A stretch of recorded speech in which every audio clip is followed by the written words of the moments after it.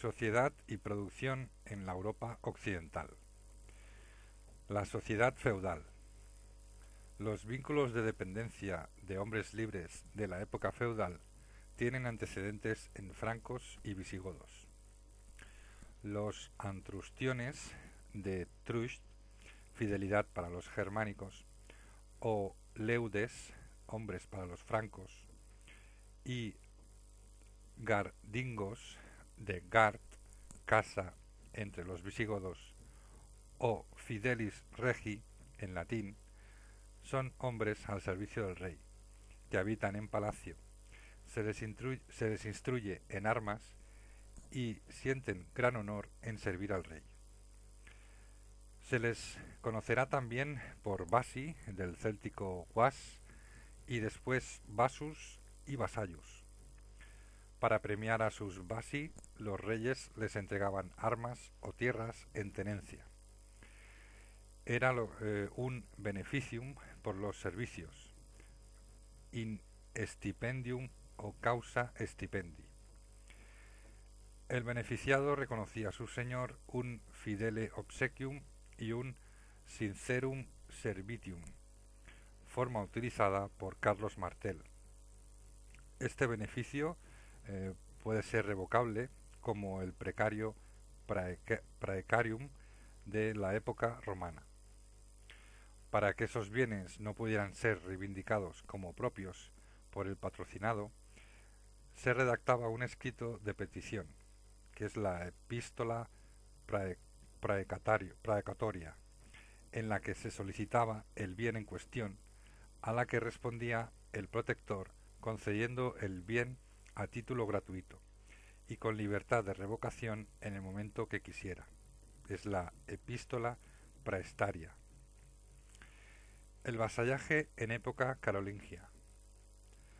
Para ejercer el control sobre los grandes propietarios y para asegurar el servicio militar, los monarcas carolingios, y en especial Carlomagno, fomentaron el vasallaje de hombres libres. Se trataba de asegurarse el control sobre vastos territorios y numerosas personas. El premio o paga era la concesión de tierras y de esta manera contó con la colaboración de obispos, abades y condes. Carlomagno fomentó que los vasallos principales fomenten el vasallaje hacia otros hombres libres, pero pronto afloraron los fallos del sistema. Entre muchos hombres libres y el rey se interponían uno o varios señores, y como los vínculos de fidelidad hacia el inmediato señor eran mayores que los debidos al más alejado, ya que de él dependía el beneficio recibido, y los hombres alejados fueron aflojando su dependencia al poder central. El beneficio. Todos los unidos al rey por vasallaje recibían premios como tierras, o casati, o un cargo en el honor. Los monarcas carolingios repartieron entre sus vasallos bienes fiscales, tierras de la iglesia y sobre todo tierras, muchas de ellas vastas y alejadas, recién conquistadas, para afirmar su autoridad real. El vasallo obtenía bienes que le permitían vivir, pero esos mismos recursos tenían que servir para ayudar al señor cuando lo necesitase. Cuando cesa el vasallaje, lo hace también el beneficio, y los señores procuraban que las tierras no pasaran a ser privadas, o lo que eran los alodios. Pero el sistema entró en crisis con las luchas de los hijos de Luis el Piadoso y los ataques normandos por las adscripciones a un bando u otro, y las consecuencias, y por la total dependencia de los campesinos a refugiarse en los castillos señoriales en los ataques. También surgió la confusión entre el cargo público y el beneficio. Los condes consideraban que su cargo era un beneficio, cuando en realidad el beneficio era el disfrute de las rentas adscritas al cargo, el producto de las penas por los tribunales y también los gajes que les reportaba el ejercicio de la autoridad. Transmisión de los beneficios. Al principio había una clara distinción entre honor, el desempeño de un cargo público que podía revocar el monarca, y el beneficio, o concesión de tierras que son del señor, de las que no puede ser despojado el vasallo si no es por un motivo justificado. Pero era muy difícil desposeer a alguien del honor por la poca fuerza del rey, como reconoció él mismo en la asamblea de Coulaines en el 843, por el que el rey demostraba que lo era menos por la gracia de Dios y más por el vínculo contractual con sus nobles. Carlos el Calvo repartió entre sus nobles 4 veces más que Carlomagno en todo su imperio, con lo que se quedó sin tierras para traer a nuevos vasallos y sin poder en la práctica arrebatarlos. El último acto se celebró en la asamblea de Quercy-sur-Oyes en el 877, por la que el beneficio se antepuso al vasallaje. El poder también se ha ido fragmentando y desde finales del siglo IX surgen por todas partes nuevos poderes locales. Con la llegada de normandos y sarracenos, la prohibición de construir castillos del edicto de Poitiers en el 864 se esfuma. Desde sus castillos la nobleza refuerza su poder. El feudo. El feudo o feundum equivale a beneficio. Esta es la definición que dan las partidas del rey Alfonso X y dice así: manera de bienfecho que dan los señores a sus vasallos por razón de vasallaje. Su origen deriva del franco feu o feot, palabra que designa ganados o bienes. Se empezó a usar en el siglo X y sustituyó al beneficio. En un documento del 1087 se lee: beneficium quod vulgo desitur foedum. Feudo designa también la fusión entre beneficio y vasallaje y da lugar a un tipo de contrato por el que un señor cede un beneficio a su vasallo a cambio de su fidelidad y ayuda. Este tipo de contrato está integrado por el elemento personal o vasallaje y el real, el beneficio.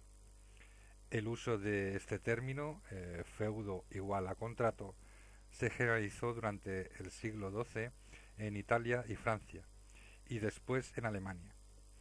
Los contratos de feudo fueron raros en España, pero no en Cataluña, influida en la órbita del reino franco.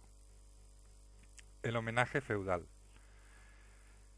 La ceremonia consta de 3 partes: la inmixtio manum, el juramento de fidelidad, y la entrega del feudo. Consistía en que el futuro vasallo, de rodillas y sin armas, ponía las manos juntas entre las de su señor. Los ritos son muy importantes en aquel tiempo y aquella sociedad. Tras ello, el juramento de fidelidad del vasallo, con multitud de fórmulas sobre los evangelios o reliquias sagradas, ya que como carácter sagrado el juramento queda patente. Hasta el momento en que se difundió la práctica del juramento, el señor preguntaba a su vasallo: ¿quieres ser mi hombre o vasallo? A lo que éste contestaba: sí quiero, y el pacto se concluía con un beso entre ambos. La tercera parte era la entrega por parte del señor de un objeto que simbolizara el feudo, como un bastón, un poco de tierra o un anillo, o un báculo, si se trataba de un obispado o abadía. Las obligaciones contractuales.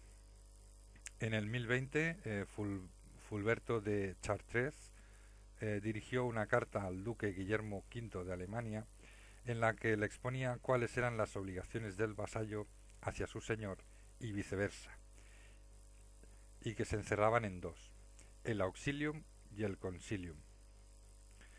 El auxilium es la ayuda que el vasallo está obligado a prestar a su señor y que puede ser de carácter muy variado. En un principio se trata de una ayuda militar, defensiva u ofensiva, conformando lo que son las hostes, como correrías de corta duración o cabalcatas, y todo ello a título gratuito. Si bien en un principio no había límite de tiempo para este tipo de ayudas, después se fijó en 40 días más o menos según el feudo recibido. Si la ayuda excede del límite, el señor debe pagar. El vasallo debe prestar servicio de escolta personal, así como guardar el castillo del señor, contribuir económicamente al rescate del señor en caso de ser prisionero, también en la ceremonia de investidura del hijo mayor, o con los gastos de la boda de la hija de su señor, ayudándole económicamente si parte a la cruzada, a testificar como conjurado con su señor, etcétera, etcétera. El consilium es el deber de consejo y lo presta el vasallo acudiendo a la corte de su señor, tanto para asesorarle en asuntos judiciales como para formar parte de su corte con ocasión de fiestas señaladas, navidades, onomásticas, cumpleaños, corriendo con los gastos en esta ocasión por cuenta del señor, que ofrece alojamiento, comida y regalos a sus vasallos. Los grandes señores manifestaban su poder rodeándose de numerosos vasallos con vistosos atavios cuando acudían a asambleas o curias convocadas por el rey, rivalizando entre ellos.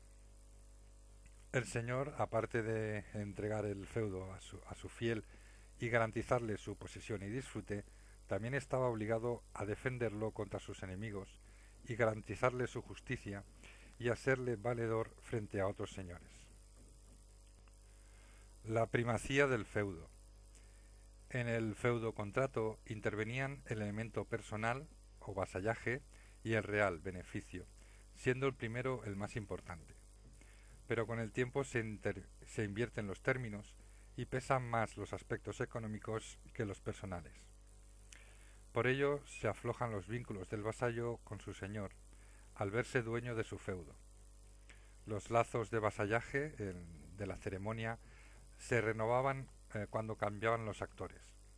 A partir del siglo XI se admite que el vasallo pueda romper los lazos y devolver el feudo. Incluso en ocasiones los vasallos superaban en bienes a sus señores y se rompía el frágil equilibrio. En época posterior surgirá un nuevo tipo de feudo, el de bolsa o de renta, basado en la percepción de rentas dinerarias, de multas o peajes. La ayuda militar pierde importancia. En la Inglaterra de Plantagenet implantan el escutage, por la que los vasallos pagan y se libran del servicio de armas. Con ese dinero los reyes contratan tropas leales, tropas mercenarias, pero en este caso les son más leales. Geografía del feudalismo. Francia. Los monarcas carolingios en época de Carlos Martel inician el sistema feudal, en especial en las tierras entre el Sena y el Loira. Allí y en el norte de Francia se encuentra el feudalismo más puro. Aquí será donde resurja la monarquía de los Capeto, muchos de ellos infeudados, y donde primero se aplicarán los principios de afirmación monárquica con el apoyo de la Iglesia, de la que controlan parte de las elecciones. Los vasallos de la Iglesia eran puestos a disposición del monarca. Los capetos, apoyados en todos ellos, irán aumentando su preeminencia. Hacia el sur, la feudalización es más lenta. Podría decirse que en territorios de asentamiento franco el feudalismo se impuso con mayor fuerza y menos en otras, en las que adquirió connotaciones diversas. En Península Ibérica, en la Septimania y la Marca hispánica, los condes, descendientes de los visigodos, eran los hispani, acogidos a la protección de los francos. Los obispos y abadías de la zona gozaban de un régimen especial, con reconocidas inmunidades militares y derechos fiscales. Así, los condes catalanes se convirtieron en las cabezas de otras dinastías independientes y fueron la base del sistema feudal de la zona. En León, la situación era distinta a Europa en lo interno. Además, las continuas conquistas y la tradición jurídica significaban que el rey siempre dispusiera de territorios para los vasallos. La propia Reconquista actuaba a favor del poder del rey en cuanto a la unión en torno a él. Los cargos no eran hereditarios. Los vecinos libres de las aldeas se reunían en torno a los consejos o consiliums. El fonsado o hueste es la expedición obligada los que no podían pagar una multa o fonsareda, y en las rápidas cabalgadas solo participaban la caballería. Se fomentó la caballería con privilegios hacia los caballeros villanos, equiparándolos a la nobleza de rango inferior o infanzones. En resumen, ni las inmunidades, ni vasallajes, ni beneficio tuvieron fuerza suficiente para imponer sus principios y menos para recortar la autoridad del monarca. Italia. En Italia del norte y central el sistema hereditario de los feudos se implantó muy pronto, aunque la existencia de importantes ciudades en la zona, en las que pronto se desarrolló una notable clase artesanal, obstaculizó el desarrollo del feudalismo en esa zona. Por lo que a Italia meridional se refiere, ocupada por ducados normandos y bizantinos, el feudalismo se desarrolló bastante tarde, a finales del siglo XI, en tiempos de la ocupación normanda. Otro tanto cabe decir de los estados creados en Tierra Santa, donde los diferentes linajes que allí se establecieron mediatizaron el poder de los reyes de Jerusalén, estableciendo un sistema feudal parecido al que imperaba en el norte de Francia. Alemania. La monarquía se apoya en los numerosos obispados y abadías creados por ella en su avance hacia el este. A la vez, las antiguas unidades étnicas imponen su personalidad y serán la base de monarquías independientes o poderosos ducados como Sajonia o Baviera, que se muestran independientes del poder real en ocasiones. Los monarcas, para contrarrestar estas fuerzas, conceden numerosas tierras y vasallos a los obispos, que pasan así a convertirse en obispos condes. La condición no heredable de los obispos concedió a los soberanos un gran margen de maniobra que redundó en el prestigio y fortaleza de la monarquía. Conrado II, en el 1037, reconoció el derecho hereditario de los pequeños vasallos, con los valvasores, como una manera de socavar el poder de los grandes señores que intentaban mediatizar el poder imperial. Inglaterra. El régimen primitivo de feudalismo desde el siglo IX limitaba la autoridad del monarca, aunque éste era quien agrupaba a la nación como Imperator Totius Britannici Orbis.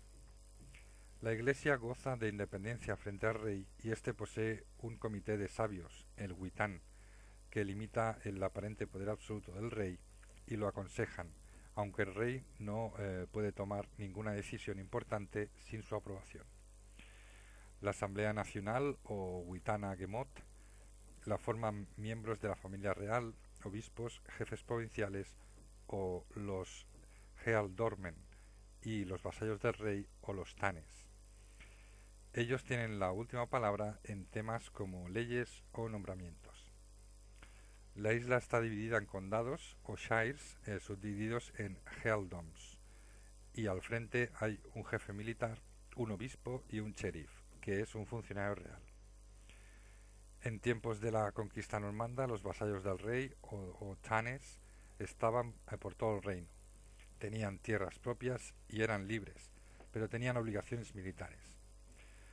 Los que se dedicaban a las armas no tenían tierras, denominándose caballeros o knights, y con la conquista normanda se aplicaron las instituciones feudales de Francia. La tripartición funcional y otros modelos de sociedad. La caballería. Se estructuran tres grupos en la sociedad feudal a partir del siglo X: los oratores o el clero, los lavatores o los campesinos y los bellatores o nobleza. Los bellatores, en la cima de la pirámide feudal, ejercen la guerra y son aristócratas de sangre u oficio. Se les llama también señores, fideles, nobiles, que estos últimos son los que hacen mayor fortuna, también llamados miles por la importancia que adquieren en el combate a caballo. La nobleza de sangre es anterior a la caballería y se transmitió primero por línea femenina y cuando los feudos se vuelven hereditarios ya empieza por línea masculina. La segunda nobleza se fundamenta en las armas y sus combates a caballo. Son los infanzones, fili venenatorum o milites. En España la alta nobleza son ricos hombres y los del segundo grupo infanzones y caballeros hidalgos. Ambos grupos tenían privilegios como exención de pagos de impuestos. Desde el siglo XII el término caballería engloba las dos ramas de la nobleza. Los valores de la caballería son fidelidad, deber y honor, para después incorporarse la protección del débil e indefenso y el amor cortés hacia las damas. Las principales ocupaciones de los caballeros eran la guerra privada o la venganza, o también lo que se llamaba la faida, además de los torneos. Cuando lucharon a favor de la Iglesia frente a los musulmanes, fueron los Miles Christi. De esa época surge la vida y mentalidad de la aristocracia y la barrera entre ella y la población. El mundo rural, el gran dominio. El panorama rural era continuista como a finales del Bajo Imperio, con el gran dominio o villa y su centro de explotación, el Curtis. El Ager está compuesto por la tierra dominicata, en cuyo centro se encuentra el Curtis, en la que vive el señor, con sus almacenes. La obligación de trabajar las tierras del señor durante varios días a la semana se establece en la Corveas. El Manso, situado en la terra indominicata, es la base fiscal para el pago como unidad de explotación familiar suficiente para la manutención, de entre 2 a 10 hectáreas. Los campesinos se benefician de explotar el saltus, explotando leña, miel, frutos silvestres, pero la caza queda reservada para el señor. El utillaje y los abonos eran insuficientes y el hambre suele amenazar la población. Las villas suelen ser autosuficientes y lo sobrante se intercambia o se vende en pequeños mercados. Todos los hombres que viven en el dominio, sea cual sea su condición jurídica, están sujetos a la voluntad del señor, que es el dueño de todo. Esta dependencia irá aumentando tras la inestabilidad del final de los carolingios. Los polípticos son los registros de derechos y rentas.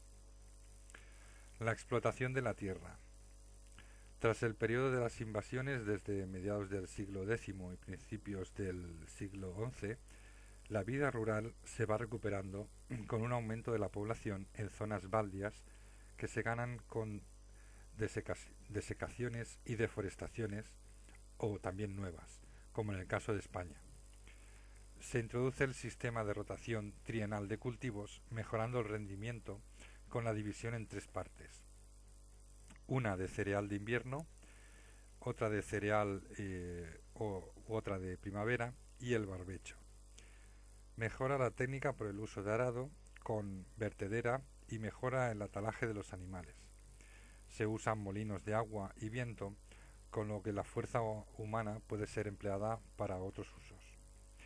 Las corveas se acaban por causas como la creación de feudos menores, pero en el campo social aumenta el poder de los señores al apropiarse estos de las banalidades o derechos que ejercían los antiguos funcionarios carolingios.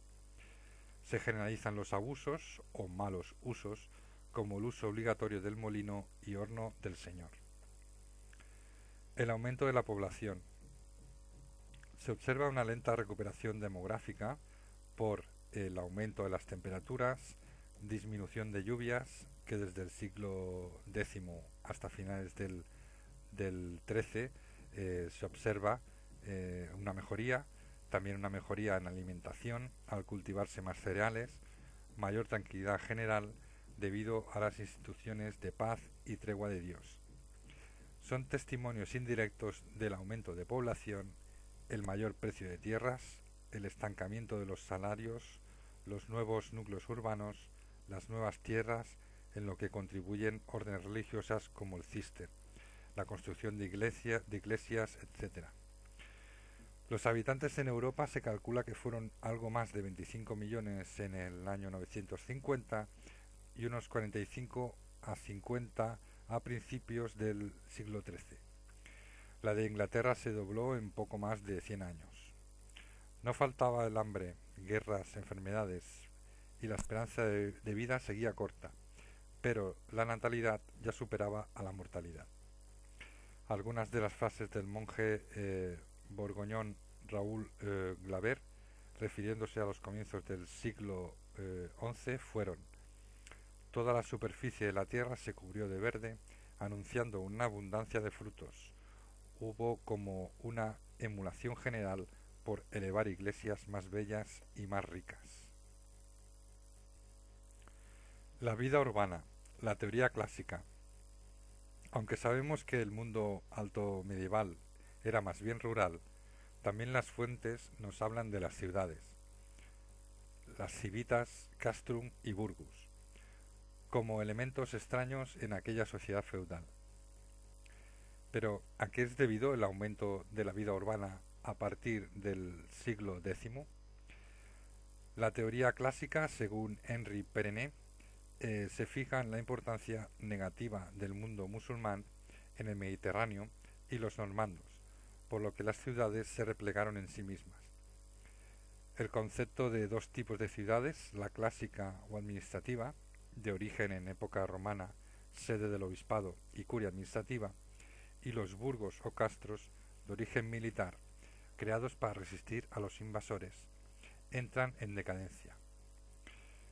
Perrennet habla también del desarrollo urbano del siglo XI por el nacimiento del gran comercio y la nueva clase social, los mercaderes, y sus almacenes junto a la ciudad o los portus, que son nómadas, pero que se van estableciendo, pudiendo influir en el desarrollo urbano. Esta nueva clase social entra en conflicto con las de siempre y crea las guildas o asociaciones para defender sus derechos y obtener cartas de franquicia. Serán el origen de los movimientos comunales. La teoría actual. La teoría actual matiza la de Perrennet y, según esta, las invasiones normandas afectaron a la parte marítima del reino franco, pero menos al interior. Los comerciantes son menos aventureros y más bien señores locales que venden los excedentes. Las ciudades no vivieron al margen del campo y muchos de los derechos de los ciudadanos los concedió el señor directamente. Además de la importancia del desarrollo comercial en las ciudades, se suma también el desarrollo de estas otras causas, pues surgieron nuevas junto a monasterios, lugares de culto o castillos, entre otros motivos. En líneas generales, la ciudad romana, en la zona mediterránea, ha tenido cierta continuidad.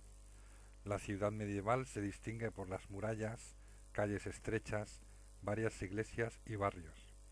Hay mercados semanales, sus habitantes trabajan en el campo y en la pequeña artesanía. Las ciudades de tamaño medio solían ser capitales de distrito o diócesis, donde vive el obispo. Las grandes ciudades viven de su actividad comercial, financiera e industrial, aunque no son tan grandes como las del mundo oriental. A partir del siglo XIII triunfa la vida urbana. Desean controlar la ciudad los ricos hombres o potentes meliores cibes, conocidos como popolo grasso, contra los de la segunda categoría, o pauperes o popolo minuto. El comercio, la actividad comercial. Los orígenes. El colapso provocado por las invasiones y el control del Mediterráneo por los musulmanes no logró acabar con el comercio por completo.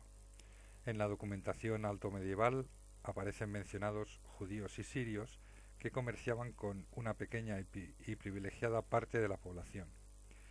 El mercader nunca fue bien visto por los eclesiásticos, pero a partir del siglo XI se convirtieron poco a poco en el motor de la economía europea.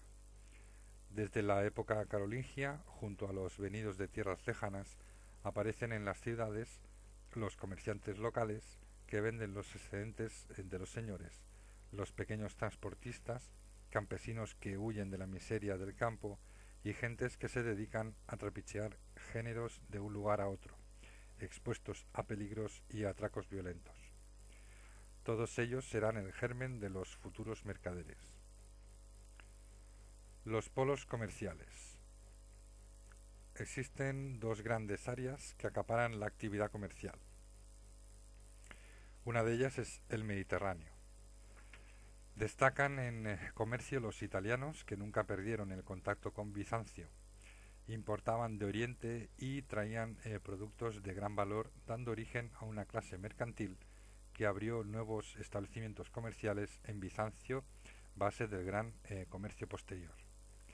Italia es la nación de comercio tras el crecimiento demográfico y la falta de tierras que impiden a muchas personas a dedicarse a él en búsqueda de buenos beneficios. Gracias a la actividad de Italia, cuando se inician las cruzadas, se ofreció para asistir con todo tipo de materiales. Los mercaderes fundarán allí fondacos que obtendrán privilegios jurídicos, uits mercatorum. Durante siglos los comerciantes italianos monopolizaron el comercio con Oriente. La otra gran área de actividad comercial fue el Mar del Norte y Báltico, y destacan los lugares de intercambio de tradición vikinga, los Haitabu y Visby, y las zonas del Mosa y el Rin, que también fueron importantes. En Flandes, Brujas y Gante, esta última la más activa, preocupaba siempre su abastecimiento de lanas a Inglaterra o España. Los transportes terrestres. Existían dificultades para un tráfico comercial fluido y seguro, con problemas de asaltos, robos, peajes, obstáculos naturales y el estado de las vías. Las calzadas romanas, si las había, estaban deterioradas por falta de mantenimiento y en un lamentable estado. Además, no llegaban a todos los sitios porque habían surgido nuevos asentamientos. El transporte en muchas ocasiones no era en carreteras, sino a lomos de caballos o mulos. Sin embargo, en Europa los ríos caudalosos y aptos para la navegación de barcazas con cargas pesadas fomentaron el comercio. Ciudades como Londres con el Támesis, Milán con el Po, Ródano, Mosa se beneficiaron de sus ríos. De esta época data la construcción de numerosos canales que unían las ciudades. El transporte marítimo. No faltaron los problemas en el transporte marítimo, que era de corto radio por la escasa capacidad de las naves. Hay que hablar de un comercio de cabotaje y poco de altura. Nace la coca o cogen, que desplaza al drácar. Es un barco de vela panzudo, lento pero resistente y de gran capacidad, ideal para transporte. Incluso puede llegar hasta 300 toneladas. En el Mediterráneo se sigue usando la galera de 2 mástiles con vela latina y remo, de origen romano-bizantino, solo apta para mares tranquilos y para transportar mercancías de poco peso y gran valor. Podía cargar de entre 200 a 300 toneladas. A partir del siglo XIII se perfecciona la construcción de naves y se difunde el uso del astrolabio y del timón de codaste en popa, que sustituye al timón lateral. Mercados y ferias. Con el aumento de la producción a partir del siglo XI, los excedentes se venden en mercados de ciudades o cabezas de obispado próximas cada semana. Al aumentar la producción y población, se producen intercambios de más importancia en las ferias de carácter periódico, donde acuden mercaderes de sitios lejanos. Con el tiempo las ferias se especializan según géneros. Fueron famosas en Gran Bretaña las de Winchester, Stanford y Londres. En Flandes las de Brujas y Ypres. En Francia las de Saint-Denis. En Castilla las de Valladolid y Sahagún. Y en Italia las de Milán y Verona. Las más famosas sin duda eran las de Champagne entre el siglo XII y XIII por su situación entre Flandes e Italia, y por la protección de los señores hacia los mercaderes que acudían desde otros países y se vendían géneros muy variados. Dentro del condado se celebran 6 ferias al año. Al crecer el volumen del comercio, los mercaderes italianos introdujeron las letras de feria u órdenes de pago, con las que se evitaba transportes de dinero en efectivo. Después los delegados o representantes sustituyeron a los mercaderes viajeros. Moneda y crédito. De época de Carlomagno es la moneda de plata y en zonas junto a los musulmanes también había de oro. Su moneda tenía 409 gramos de plata y era el patrón ideal. Se dividía en 20 sueldos o solidus, subdivididos en 12 denarios o dineros de 1,7 gramos de plata. La emisión con Carlomagno era un monopolio, pero después surgieron cecas privadas y ante la escasez de plata entró con la aleación de cobre. Pero el desarrollo del comercio impulsó una mayor circulación gracias a las minas de Bohemia y la fundición de objetos preciosos. Ni en Bizancio ni en el mundo musulmán dejó de fluir el oro. Castilla, el Maravedi en 1172 y Aragón en 1035 emitieron moneda similar a la cordobesa. En Europa, en el 1252, nació el florín en Florencia y Venecia creó el sechino o ducado de oro. La Iglesia fue enemiga de las ganancias del préstamo y la especulación. Nacieron en Italia y luego en Europa asociaciones financieras. La comanda estipulaba ante notario que una persona o comandatario entregaba un objeto o dinero a un comerciante y luego se repartían los beneficios y las pérdidas eran asumidas solo para el comandatario. También fueron asociaciones la Collegantia y la Societas Maris, con contratos anuales.